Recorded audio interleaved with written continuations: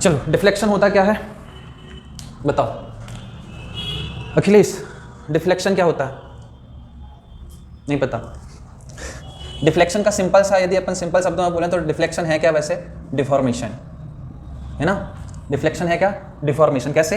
यदि हम बात करते हैं एक हमने बीम ले ली, इसकी इनिशियल पोजीशन ये है हमारी और इस पे लगा हुआ है हमारा क्या? Point load. अच्छा ये हमारी बीम है या बार है? कैसे पता? एक साइड से फिक्स्ड है तो अगर इसको भी यदि मैं बनाऊंगा तो ये भी फिक्स्ड है तो फिर ये भी बीम हो जाएगा, है ना। इस पर कौन सी लोडिंग लगी हुई है? ट्रांसवर्स लोडिंग, इसलिए मैंने इसको बीम बोला है, ठीक है। तो इस लोड के कारण इसने क्या कर लिया? अपनी पोजीशन को चेंज किया, कुछ इस पे क्या आ गया? डिफॉर्मेशन आ गया, ठीक है। कितना डिफॉर्मेशन हुआ? डेल्टा। इसी को हम क्या बोलते हैं? डिफ्लेक्शन बोलते हैं, ठीक है। ये क्या है हमारा? ये जो बना ये हमारा क्या है? Elastic curve. यदि इसकी न्यूट्रल एक्सिस को यदि मैं लूंगा तो इसकी जो न्यूट्रल एक्सिस इसको क्या बोलेंगे हम? इलास्टिक कर्व, है ना। तो इलास्टिक कर्व में जो डिस्प्लेसमेंट होता है किसके कारण? इंटरनल लोडिंग के कारण, है ना। डिस्प्लेसमेंट मतलब अपनी इनिशियल पोजीशन से फाइनल पोजीशन पर जब वो पहुंच रही है ना, किसके कारण? इंटरनल लोडिंग के कारण। उसी को हम क्या बोलते हैं? डिफ्लेक्शन बोलते हैं, जितना वो डिस्प्लेस हुई, ठीक है। अच्छा नेक्स्ट यदि हम बात करते हैं डिफ्लेक्शन किस किस कारण से हो सकता है बीम पे? डिफ्लेक्शन किस किस कारण से हो सकता है? एक तो सबसे पहली चीज इंटरनल लोडिंग के कारण, एक्सटर्नल लोडिंग आएगी, एक्सटर्नल लोडिंग कन्वर्ट होगी इंटरनल लोडिंग पे, इंटरनल लोडिंग कन्वर्ट होगी स्ट्रेस पे, स्ट्रेस से स्ट्रेन आएगा और उसकी हर एक पॉइंट पे लेंथ जो है वो चेंज हो जाएगी, है ना। सेकेंड चीज यदि हम बात करते हैं तो डिफ्लेक्शन क्यों आता है? टेम्परेचर चेंज होने के कारण भी होता है। यदि टेम्परेचर चेंज होगा तो भी डिफ्लेक्शन आ सकता है ना। नेक्स्ट और बताओ क्या हो सकता है? और क्या हो सकता है? फैब्रिकेशन एरर हो सकती है, ठीक है। फैब्रिकेशन एरर हो सकती है, इसके कारण भी डिफ्लेक्शन जनरेट हो सकता है। इसका मतलब समझ में आ रहा है क्या है ये? आपका मान लो कोई ट्रस है, इस पर बहुत सारे बार लगे हुए हैं। मान लो इस पर जब हमने इसको बनाया तो हमने इसको 10 mm का बनाया, लेकिन इस पर ज़रूरत थी 9.5 की, लेकिन बनाने वाले ने गलती कर दी और उसको लगा दिया, है ना। तो फिर लगाने के बाद उस पर क्या आ जाएगा? डिफ्लेक्शन आ जाएगा, मतलब वो मुड़ जाएगा, डिफ्लेक्ट हो जाएगा। वही हमारी क्या है? बनाते टाइम पे यदि कोई गड़बड़ी हो गई उसी को हम क्या बोल रहे हैं? फैब्रिकेशन एरर, ठीक है। और क्या हो सकता है? किसके कारण डिफ्लेक्शन आ सकता है बताओ? आपका एक जो सपोर्ट है आपका, ये यहाँ पे लिख रहा हूँ, सपोर्ट में क्या आ गया? सेटलमेंट। आपका कोई एक सपोर्ट एक साइड से क्या हो गया? सेटल कर गया, तब भी किसी भी स्ट्रक्चर में सेटलमेंट आ सकता है, ठीक है। ये सारे पॉइंट है हमारे डिफ्लेक्शन कॉज होने के। अच्छा डिफ्लेक्शन यदि हमने कैलकुलेट कर लिया तो उससे क्या होगा? यदि हमने किसी भी स्ट्रक्चर पर डिफ्लेक्शन को कैलकुलेट कर लिया तो डिफ्लेक्शन की सहायता से हम इनडिटर्मिनेट स्ट्रक्चर को भी सॉल्व कर सकते हैं। अब डिटर्मिनेट स्ट्रक्चर क्या होते हैं, इंडिटर्मिनेट स्ट्रक्चर क्या होते हैं? डिटर्मिनेट स्ट्रक्चर और इनडिटर्मिनेट स्ट्रक्चर, सिंपल शब्दों में बताऊं, ऐसे स्ट्रक्चर जिनको इक्विलिब्रियम इक्वेशन की सहायता से सॉल्व कर सकते हैं वो क्या हो जाएंगे? हमारे डिटर्मिनेट स्ट्रक्चर। और जिनको सॉल्व नहीं कर पाएंगे उसको हम क्या बोलेंगे? Indeterminate structure. इनडिटर्मिनेट स्ट्रक्चर को सॉल्व करने के लिए हमको एक एडिशनल इक्वेशन की जरूरत होती है जिसको हम क्या बोलते हैं? कंपैटिबिलिटी इक्वेशंस, ठीक है। यहाँ तक की चीज़ें क्लियर है? तो ये पॉइंट हो गया आपको डिफ्लेक्शन क्या होता है। अगर देखो किसी भी बीम पर डिफ्लेक्शन ज़्यादा आएगा तो वो बीम आपको कैसी लगने लगेगी? खराब दिखने लगेगी, इसलिए हमको डिफ्लेक्शन को कैलकुलेट करना पड़ेगा, है ना। अच्छा एक नेक्स्ट पॉइंट लिखो इस पर डिफ्लेक्शन के बाद लिखना differential equation of elastic curve. जो हमने अभी इलास्टिक कर्व बनाया था, ये जैसे ये हमारे पास एक बीम ये है,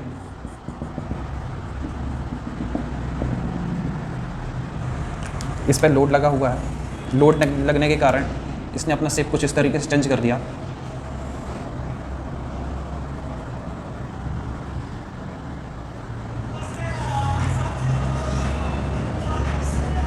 इसकी इक्वेशन क्या है कोई बता सकता है? Euler's equation of elastic curve. Aditi equation पता है क्या? 1/r D square Y divide by D X square divide by 1 plus D Y D X square की पावर 3/2। ये हमारी क्या होती है? यूलर्स इक्वेशन होती है। इस इक्वेशन पे यदि हम बात करते हैं कि यदि हमारी कोई बीम है, इस पर यदि हम बात करते हैं इसकी लेंथ L है और कोई लोड लगा हुआ है, इसके कारण यदि हम बात करेंगे इस पर कुछ डिफ्लेक्शन आएगा और ये जो डिफ्लेक्शन की वैल्यू होती है एज कम्पेयर टू इसकी लेंथ, है ना, इसका जो डिफ्लेक्शन होता है वो बहुत कम होता है। मतलब मैं बोल सकता हूँ जो dy/dx होगा वो जनरली हमारा कितना आता है 0.01 mm के आसपास। मतलब मैं बोल सकता हूँ कि इसकी जो डिफ्लेक्शन की वैल्यू है इसकी लेंथ के कंपेयर में बहुत कम होती है। मतलब बोल सकता हूँ कि dy/dx की जो वैल्यू है वो 0 हो सकती है ना। मतलब मैं इस वाले टर्म को क्या कर सकता हूँ, 0 कर सकता हूँ। तो ये क्या बचेगा आपके पास 1/r = d²y/dx²। ठीक है, अब आपको बेंडिंग इक्वेशन से पता क्या पता है, m/i σ/y e/r। ठीक है, यहाँ से मैं ये लिख सकता हूँ m/i × e divide by 1/r, ये लिख सकता हूँ। तो इस 1/r की जगह मैं ये पुट कर सकता हूँ, मतलब मैं लिख सकता हूँ m/ei = d²y/dx²। तो m = क्या हो जाएगा ei d²y/dx²। तो मोमेंट की सहायता से आप डिफ्लेक्शन कैलकुलेट कर सकते हो। मोमेंट ज़्यादा होगा डिफ्लेक्शन भी ज़्यादा होगा, है ना। ऐसा बोल सकते हैं। ये ei बेसिकली है क्या, क्या बोलते हैं इसको, फ्लेक्सुरल रिजिडिटी। और यदि मैं इसको लिख दूं ei/L तो ये क्या हो जाएगा, फ्लेक्सुरल स्टिफनेस। ठीक है, अच्छा ये तो आपको ये पता है, ये डायरेक्ट मैं यहाँ पे लिख दे रहा हूँ, है ना। ये सारी चीज़ें आपको पता है। ये क्या निकल के आ गया आपका, मोमेंट आपको पता है। y जनरली y यदि कहीं पे लिखा तो क्या समझते हो आप, डिफ्लेक्शन, है ना। यदि कहीं पर dy/dx लिखा है मतलब क्या है वो, स्लोप। ठीक है, अच्छा ये दिख रहा ना,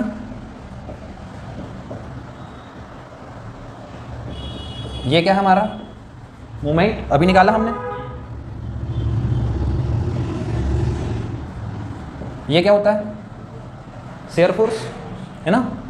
और ei d⁴/y divide by dx⁴, ये क्या होता है आपका, लोड इंटेंसिटी। ये सारी चीज़ पता है ना, यहाँ तक नोट करो फटाक से। स्टैंडर्ड फॉर्मूला सबसे पहले लिखना, cantilever beam. Cantilever beam, cantilever beam पे सबसे पहला कॉलम बना लेना, टाइप्स ऑफ लोडिंग।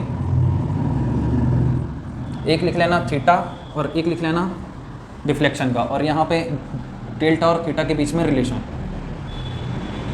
ठीक है, सबसे पहले यदि हम बात करते हैं, सबसे पहला डायग्राम, और ये फॉर्मूले याद होने चाहिए। मेरे ख्याल से एग्जाम पास में अब तक याद नहीं होंगे। इस पे थीटा कितना आता है बताओ मेरे को, इसमें थीटा कितना आता है, ये लेंथ l है, कितना जाएगा m0 l divide by ei या 2ei, ei है ना। नेक्स्ट यदि हम बात करते हैं यहाँ पे कितना जाएगा, m0 l² divide by 2ei। Delta और थीटा के बीच में क्या रिलेशन होता है, डेल्टा = थीटा × l/2, है ना। आप पुट करके देख लो, थीटा को l/2 से मल्टीप्लाई कर दो, आपको डेल्टा मिल जाएगा। ठीक है, नेक्स्ट यदि हम बात करते हैं, सेकंड क्या है आपका, पी लोड लगा दिया, l लेंथ इसकी, इस पे बताओ कितना आएगा, p l² divide by 2ei या 3ei, 2ei। नेक्स्ट यहाँ पर कितना जाएगा deflection, PLQ divide by 3ei। इसके बीच में रिलेशन क्या हो जाएगा, डेल्टा = थीटा × 2l/3, करके देख लो। नेक्स्ट यदि हम बात करते हैं, नेक्स्ट फॉर्मूला क्या हो जाएगा हमारे पास, नेक्स्ट हमने कर दिया UDL लगा दिया इस पर।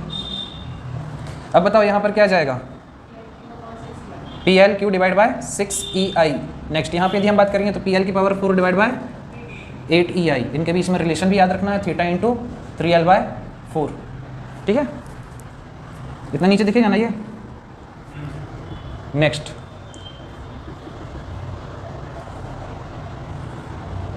अब देखो MPPSC AE में यदि ऊपर के 3 की बात करें तो ये सब इंजीनियर में पूछते हैं या JEE लेवल के एग्जाम में पूछते हैं। MPPSC AE में सिर्फ UVL का केस ही पूछता है मैक्सिमम टाइम पर। ठीक है, तो UVL वाले फॉर्मूले भूलने नहीं चाहिए आपको।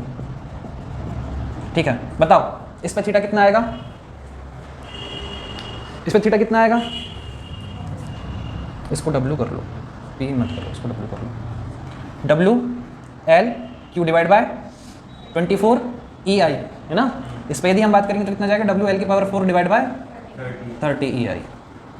ठीक है, इसके बीच में रिलेशन क्या हो जाएगा, थीटा = 4l डिवाइड बाय 5 आ जाएगा ना मल्टीप्लाई करने पे, 4 हाँ आ जाएगा। ठीक है, नोट करो फटाक से इसको और फिर क्वेश्चन ऐड करो। लिखो, क्वेश्चन लिखो। If the deflection at the free end, if the deflection at the free end of a uniformly loaded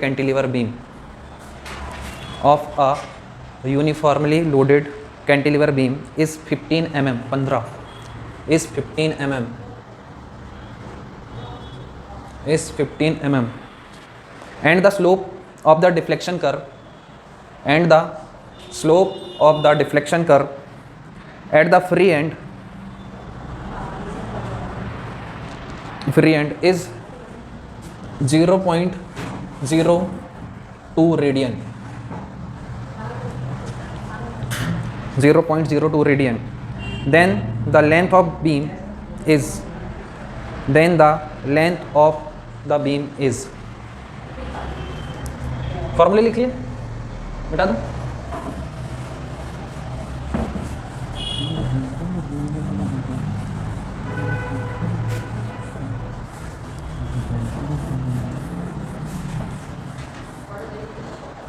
question पे आपको क्या क्या गिवन है, फटाफट सॉल्व करो। क्वेश्चन पे आपको डेल्टा गिवन है 15 mm का, थीटा गिवन है आपको 0.02 रेडियन का। उसके बाद क्वेश्चन पे क्या निकालने को बोला है, एल निकालने को बोला, और बीम कैसी दी हुई है, कैंटिलीवर बीम दी हुई है, यूनिफॉर्मली लोडेड है ना। तो जब इस तरीके का केस होता है तो आपको रिलेशन पता है किसके किसके बीच में, डेल्टा और थीटा के बीच में क्या होता है, थीटा इंटू 3l/4। इसको लगा सकते हो आप। एल कैलकुलेट करना है, डिफ्लेक्शन दिया है, थीटा दिया है, एल इजीली कैलकुलेट हो जाएगा आपका आसानी से। डिफ्लेक्शन क्या है आपके पास 15 mm का, और जो यहाँ पर जब इन क्वेश्चंस को सॉल्व करते हैं तो थीटा हमको रेडियन में ही पुट करना होता है ना, डिग्री में तो पुट करना नहीं है। ठीक, थीटा की वैल्यू क्या है हमारे पास 0.02, कितना आ गया, सॉल्व किया किसी ने, l/4 कितना आया सॉल्व करने पे, एल की वैल्यू 1000 mm। तुम्हारा एल इक्वल टू क्या जाएगा 1000 mm, या बोलें तो एल इक्वल टू जाएगा 1 मीटर। इसको कैलकुलेट कर सकते हो ना, कोई दिक्कत तो नहीं कैलकुलेट करने में, है ना। 15 चौको 60, तो ये यहाँ आ जाएगा, इसको काटो 20 बन जाएगा, ऊपर ये चले जाएगा तो आपका 1000 हो जाएगा। ठीक है, तो इस तरीके के क्वेश्चन एग्जाम पे आएंगे। लगेगा कि कैलकुलेशन थोड़ी सा लेंदी है, लेकिन बहुत बिल्कुल भी आसान है ये। नेक्स्ट क्वेश्चन लिखो। If the deflection at the free end of a uniformly loaded cantilever beam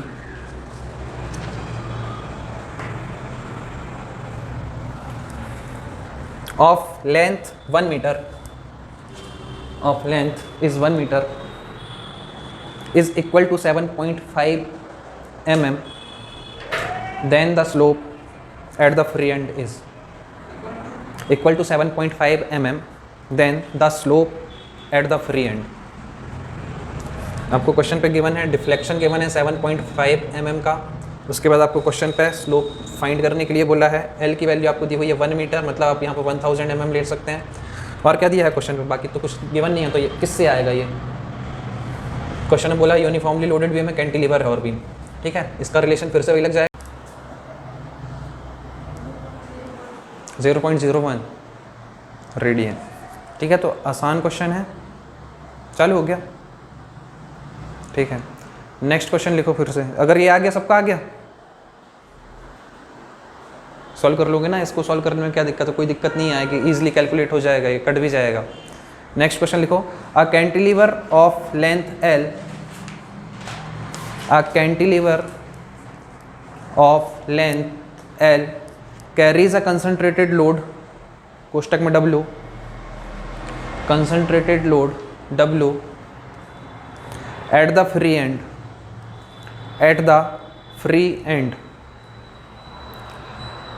if the length of cantilever is double,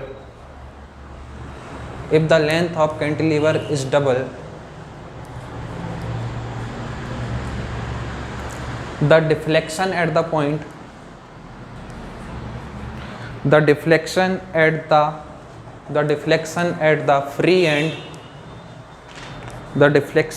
the free end for the same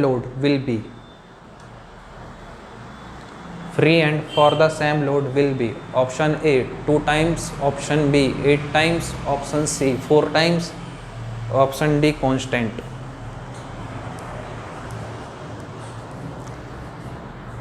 question में कुछ नहीं बोला है, क्वेश्चन में ये है कि कैंटिलीवर बीम है, एक बार इस पर लोड लगा हुआ है W का, लेंथ इस पर क्या है L, ठीक है, और एक बार है इस पर जो लोड लगा हुआ है वो W ही लगा हुआ है, लेकिन इसकी लेंथ क्या हो गई है L से 2L, है ना।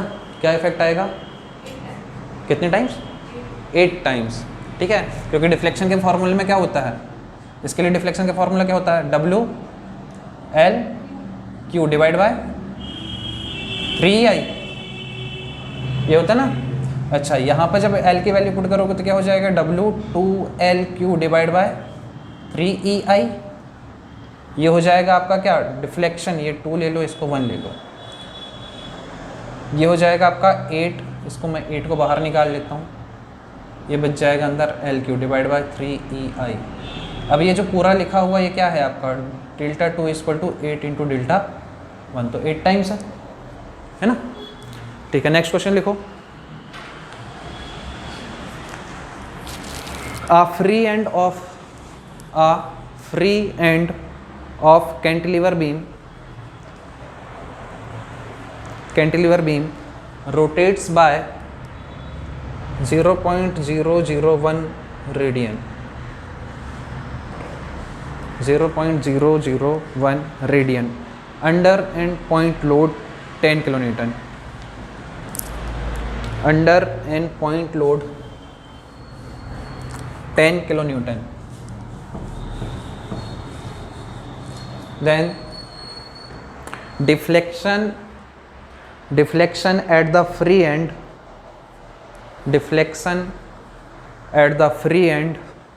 due to moment of 100 kilonewton meter is 100 kilonewton meter is, ठीक है। तो डिफ्लेक्शन फ्री एंड में बताना है। क्वेश्चन आपका क्या है, पहले केस में बोल दिया आपको, क्वेश्चन पे कैंटिलीवर बीम पे इस पर 10 किलो न्यूटन का लोड लगा हुआ है, इसके कारण इस पर डिफ्लेक्शन गिवन है, क्या स्लोप गिवन है, इसका स्लोप गिवन है, स्लोप कितना गिवन है 0.001, ये गिवन है। सेकेंड केस में आपको बोल दिया कि आपको बताना है इस पर यदि मोमेंट लगा हुआ है 100 किलो न्यूटन मीटर का, तो इस कंडीशन पे इस पर डिफ्लेक्शन कितना आएगा।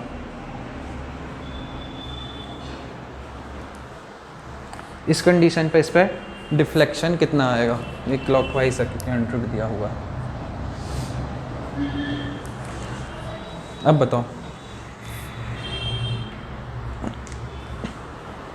अभी इस क्वेश्चन को मैं अभी तो इसी मेथड से करो क्योंकि कैंटिलीवर के फॉर्मूले बताए हैं, आगे आपकी आएगी मैक्सवेल रेसिप्रोकल थ्योरम, उससे सिर्फ 1 सेकेंड लगेगा, क्वेश्चन सॉल्व हो जाएगा, है ना। तो अभी अपन ने इसको पढ़ा नहीं है, लेकिन अभी यहाँ पर क्या करो, सबसे पहले यहाँ पर आप क्या निकाल लो, इसका डिफ्लेक्शन का फॉर्मूला लगा सकते हो, यहाँ पर लगा सकते हो, नहीं लगा सकते, क्यों, क्योंकि आपको यहाँ पर थीटा गिवन है, तो थीटा वाला फॉर्मूला यूज़ करो, है ना। थीटा क्या होगा इसके लिए, क्या होता है, PL² डिवाइड बाय 2EI, यही होता ना, ठीक है। अच्छा, इसके लिए यदि हम बात करते हैं तो इसके लिए डिफ्लेक्शन का फॉर्मूला क्या होता है, जब मोमेंट लगा हो उस टाइम पे m0 L divide by 2EI, यही होता है फॉर्मूला, है ना, ठीक है। यहाँ से देखो, यहाँ पर इसकी वैल्यू पुट कर दी, थीटा की वैल्यू क्या है 0.001, P दिया हुआ है आपको 10, L गिवन नहीं गिवन, तो अपन ने L² ही पुट कर दिया, डिवाइड बाय, यहाँ पे L² होता है कि सिर्फ L होता है, L² होता है, ठीक है। 2EI, यहाँ से EI इक्वल टू निकाल सकते हो, 10 into L² divide by 2 into 0.001, ठीक है। EI इक्वल टू निकाल दिया, ऐसे ही यहाँ से भी EI इक्वल टू निकाल लो, क्योंकि डिफ्लेक्शन पता है, और दोनों को इक्वल कर दो, ठीक, दोनों को इक्वल कर दोगे तो आपके पास क्या बचेगा, आपके पास क्या बचेगा, डिफ्लेक्शन बचेगा, L से L कैंसिल हो जाएगा, EI यहाँ से भी EI ले लिया ना आपने, तो ये m0 L² divide by 2 into deflection बचा। अब ये एक इक्वेशन बन गई, ये एक इक्वेशन बन गई, इन दोनों को इक्वल कर दो तो क्या बच जाएगा, 10 L square into 2 into 0.001 equal to यहाँ से आ जाएगा आपका एम नॉट की वैल्यू गिवन है क्या, हाँ 100 इंटू 10 की पावर 3 मतलब 10 की पावर 6 हो जाएगा क्योंकि एम में पुट किया अपन ने, ठीक है। अच्छा एल का एल स्क्वायर हो जाएगा डिवाइड बाय क्या हो जाएगा 2 इंटू डिफ्लेक्शन। अब इसको सॉल्व कर लो इजीली। तो यहाँ से डिफ्लेक्शन कैलकुलेट करके बताओ कितना आएगा।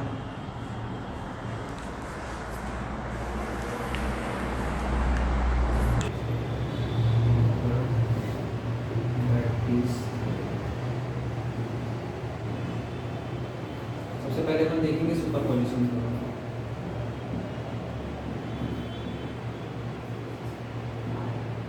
सुपरपोजिशन थ्योरम की यदि हम बात करें तो इसका जो लोड लगता है विदिन प्लास्टिक लिमिट लगता है, सॉरी प्रोपोर्शनल लिमिट लगता है, ठीक है। सेकेंड चीज यदि हम बात करेंगे लोड लगाने के बाद जो इस पर वेरिएशंस आते हैं वो कैसे आते हैं, लीनियरली आते हैं, ठीक है। नेक्स्ट यदि हम बात करें जैसे मैंने यदि एक बार ले लिया, इस पर यदि हम बात करते हैं, इस पर मैंने लगाया क्या फ्री लोड T1 लोड लगाया, ये कैसा है विदिन प्रोपोर्शनल लिमिट। इस पर कुछ ना कुछ डिफ्लेक्शन मिलेगा मेरे को, डिफ्लेक्शन कितना मिलेगा P divide by T. Next यदि हमने बात किया सेम ऐसे यदि बात करते हैं, ये भी एक लोड लगाया है, इस पर जो लोड लगा हुआ है कैसे लगा हुआ विदिन प्रोपोर्शनल लिमिट ही लगा हुआ है। इस पर जो डिफ्लेक्शन आएगा वो क्या आएगा P2 L divide by A, ठीक। और यदि मैंने इन दोनों को सम करके लगा दिया लोड P जिसकी वैल्यू है P1 प्लस P2, ठीक, तो इस पर जो डिफ्लेक्शन आएगा वो क्या आएगा P1 plus P2 L divide by E। और ये जो लोड है ये भी हमारा क्या है विदिन प्रोपोर्शनल लिमिट है। तो मैं बोल सकता हूँ कि डेल्टा इक्वल टू क्या हो गया डेल्टा 1 प्लस डेल्टा 2। देखो आपको मिलेगा भी ये P1 plus P2 divide by L divide by E। और यहाँ से जब इन दोनों को भी प्लस करोगे तो यहाँ से क्या आ जाएगा कॉमन आ जाएगा L बाय E, मतलब P1 plus P2 divide by L upon E same मिल रहा है। तो यहाँ पर सुपरपोजिशन थ्योरम क्या हो रही है, वैलिड हो रही है। लेकिन स्ट्रेन एनर्जी के केस में